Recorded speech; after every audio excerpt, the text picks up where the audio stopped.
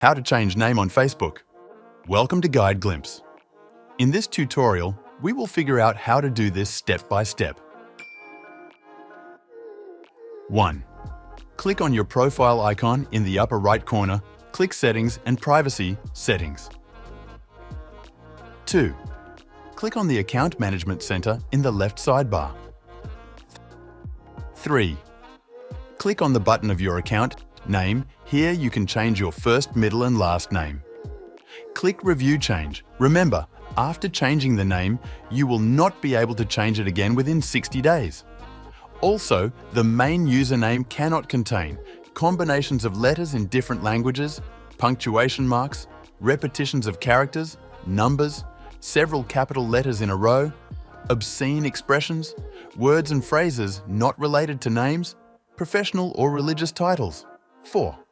Select the order in which your name is displayed, click Done, that's it. In this panel, you can also change your nickname. Don't forget to subscribe and watch another videos.